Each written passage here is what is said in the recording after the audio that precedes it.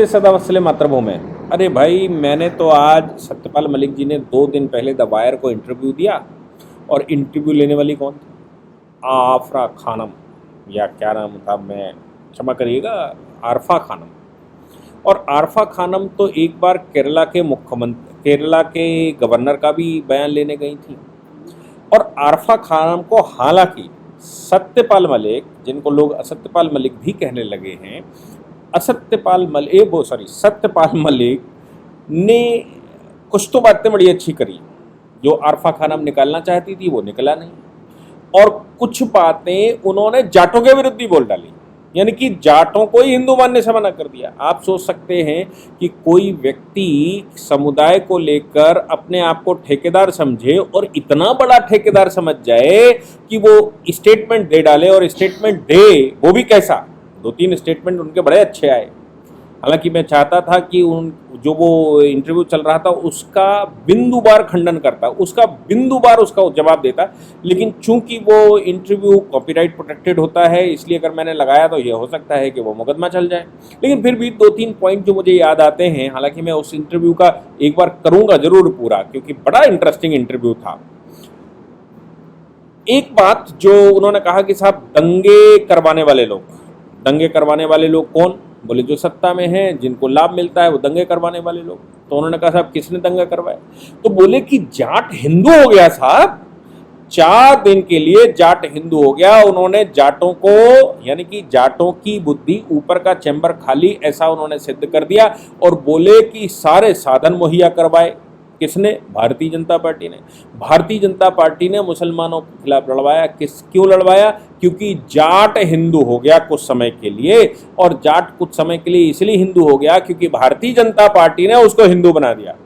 तो भैया जाटों को तो, जो जाट, मैं तो हालांकि मैं कैटेगरी में विश्वास नहीं करता, मैं सिर्फ एक, हिंदुस्तान में रहने वाला प्रत्येक व्यक्ति हिंदू है। जो भारत माता को अपनी माँ मानता है वो सब हिंदू है। जो भारत माता की आराधना करता है वो सब हिंदू है। भारत की संस्कृति संस्कार को मानता है वो हिंदू है।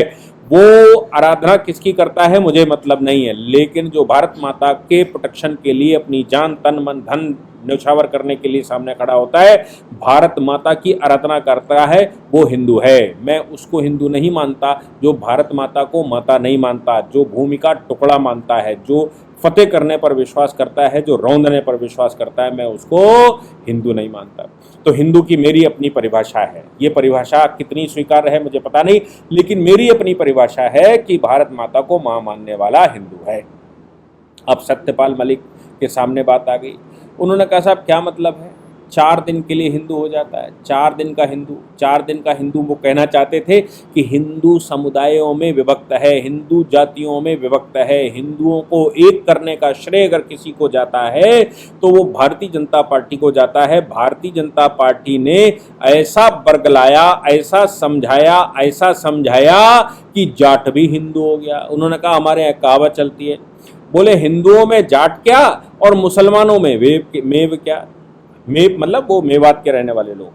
आपने मेवों का बयान भी सुना होगा। राजस्थान की जो राजस्थान विधानसभा के अंदर एक मेव महिला ने अपना स्टेटमेंट दिया था कि भाई हमने संप्रदाय परिवर्तन कर लिया है, यानी कि मेव टुवर्ड्स हिंदू और जाट टुवर्ड्स मुसलमान, ऐसा कहने की कोशिश सत्यपाल मलिक कर गए। आप सोचो कि सत्यपाल मलिक जब इस प्रकार अपने आप को ठेकेदार समझ गए और ये बयान दे गए, तो कितना बड़ा बयान दे गए, कितना बड़ा प्रश्न वो जाटों के ऊपर खड़ा कर गए। और मुझे लगता है कि जाटों की इससे बड़ी बेइज्जती कोई और हो नहीं सकती जो सत्यपाल मलिक ने बेइज्जती कर दी। सत्यपाल मलिक जो अमित शाह का बड़ा सम्मान करते हैं, पहले कह रहे थे अमित शाह ने ऐसे कह दिया, पहले कह रहे थे अमित शाह ने मोदी जी के लिए ऐसा कह दिया, वो पागल हो गए। और बाद में बोले कि जब करण थापर को बयान आया तो उस समय उस बयान में कह गए कि नहीं मैं उस बयान को वापस लेता हूँ, मैं उस समय झूठ बोल रहा था। मतलब उस समय वो झूठ बोल रहे थे। अब सत्यपाल मलिक को खेल बनाकर रखा पूरे देश में। खेल बनाकर किसने बन रखा? खेल बनाकर रखा अपोजिशन पार्टियों ने। अपोजिशन को मौका मिल गया सत्यपाल मलिक के नाम से, वैसे तो कुछ पॉइंट मिलते नहीं उनको, सत्यपाल मलिक के नाम से ही हमले कर लें। सत्यपाल मलिक से मिलने रोज जा रहे हैं लोग, मिठाई के डब्बे लेके जा रहे होंगे। सत्यपाल मलिक उतने ही में फूल के मोटे हो गए, और इतने मोटे हो गए कि उनको लगा कि ये ज़्यादा अच्छी राजनीति है पहले वाली से। 4-4 राज्यों का गवर्नर भारतीय जनता पार्टी ने बनाया, लेकिन अब उनको राष्ट्रपति बना दे, अब उनको प्रधानमंत्री बना दें। उन्होंने ये भी कह दिया कि मोदी मुझसे राजनीति में बहुत छोटे हैं, वो बहुत बाद में राजनीति बहुत जूनियर हैं, और ये तो राजनीति के महारथी हैं, बहुत बड़े वाले हैं। मोदी जी को करप्शन से उन्होंने कहा फर्क नहीं पड़ता। उन्होंने कहा कि मोदी जी को हिंदू मुसलमान से फर्क नहीं पड़ता, उनको राष्ट्रीयता से फर्क नहीं पड़ता, उनको सत्ता चाहिए।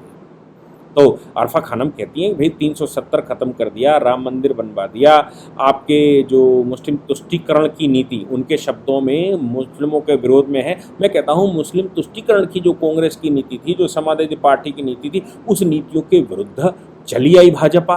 अब नीतियां वो समाप्त करनी थी तो लोगों को खुश होना ही था।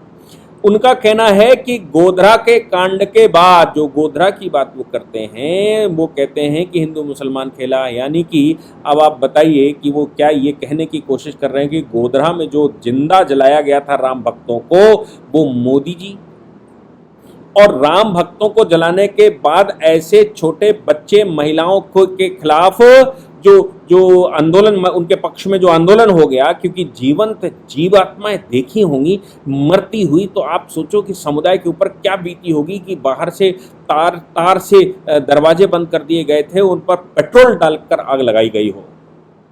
खून नहीं खौला होगा क्या वहाँ के लोगों का? क्या अहमदाबाद के लोगों का खून पानी हो गया था? क्या गुजरात के लोगों का खून पानी हो गया था?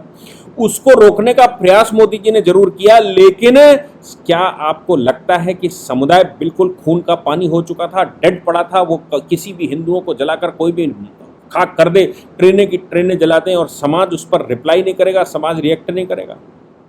वो कहते हैं ये सब कुछ कांड मोदी जी का है। वो कहते हैं कि मोदी जी उसका लाभ ले रहे हैं।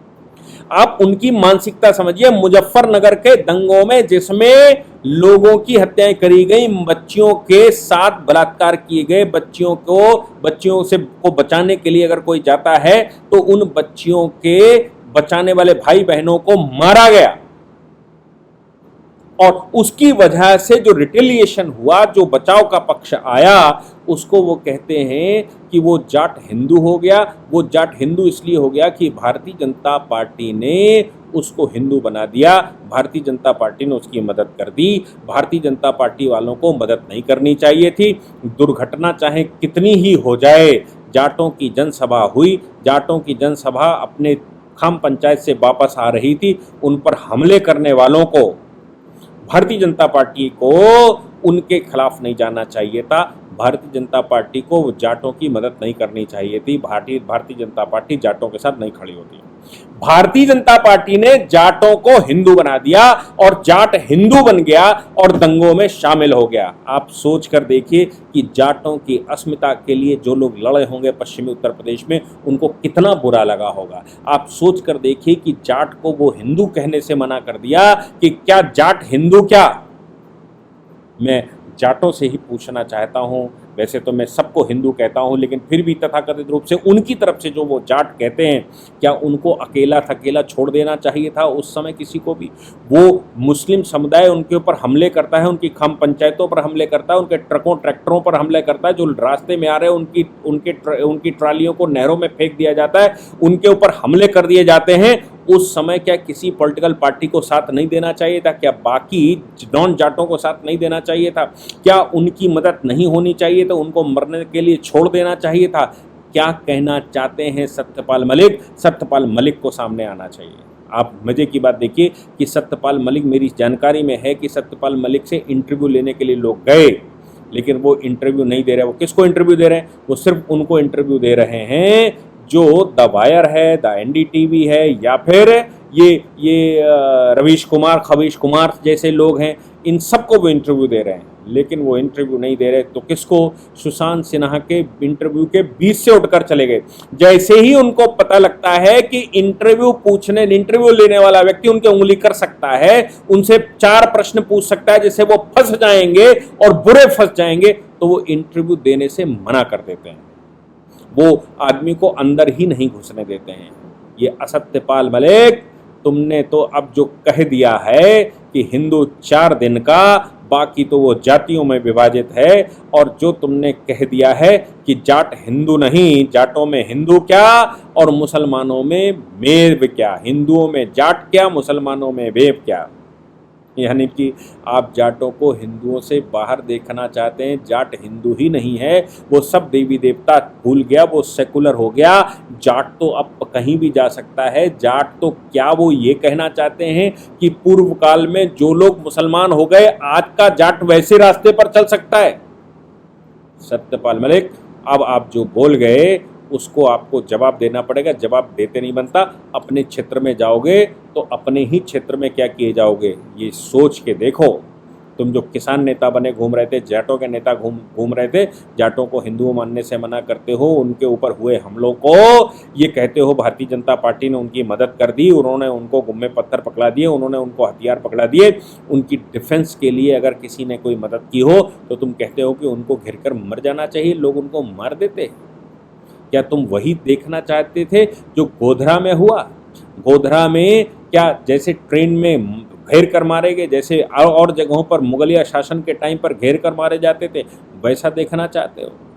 सत्यपाल मलिक जो बोल गए वो अब बर्दाश्त के बाहर है। अब तुमसे तो जाट ही प्रश्न पूछेंगे तो ही जवाब दे पाओगे। वैसे तो तुम जब जाटों को हिंदू नहीं मानते तो तुम अपने आप को हिंदू कैसे मानोगे? और जब अपने आप को हिंदू मानते ही नहीं हो और कहते हो 4 दिन का हिंदू है, तो फिर तुम्हारी राजनीति कहाँ जा रही है ये दिखाई पड़ता है। हम आपको सलाह देंगे। हालांकि आरफा खानम को दूसरे सवाल जब आप अपने अच्छे दिए। जब उन्होंने कहा 370 गलत तरीके से उड़ाया तो उन्होंने कहा ठीक उड़ाया। जब उन्होंने कहा कि जम्मू कश्मीर में अत्याचार चल रहे तो उन्होंने कहा नहीं चल रहे। जब उन्होंने कहा कि वहाँ मुसलमान परेशान है तो उन्होंने कहा नहीं परेशान हो रहा। ये सब जवाब तो आपने अच्छे दिए, लेकिन आपने जाटों को हिंदू मानने से मना किया और कहा कि हिंदुओं में जाट क्या, मुसलमानों में मेव क्या। इसका जवाब तो आपको देना ही पड़ेगा। जय हिंद, जय भारत, वंदे मातरम।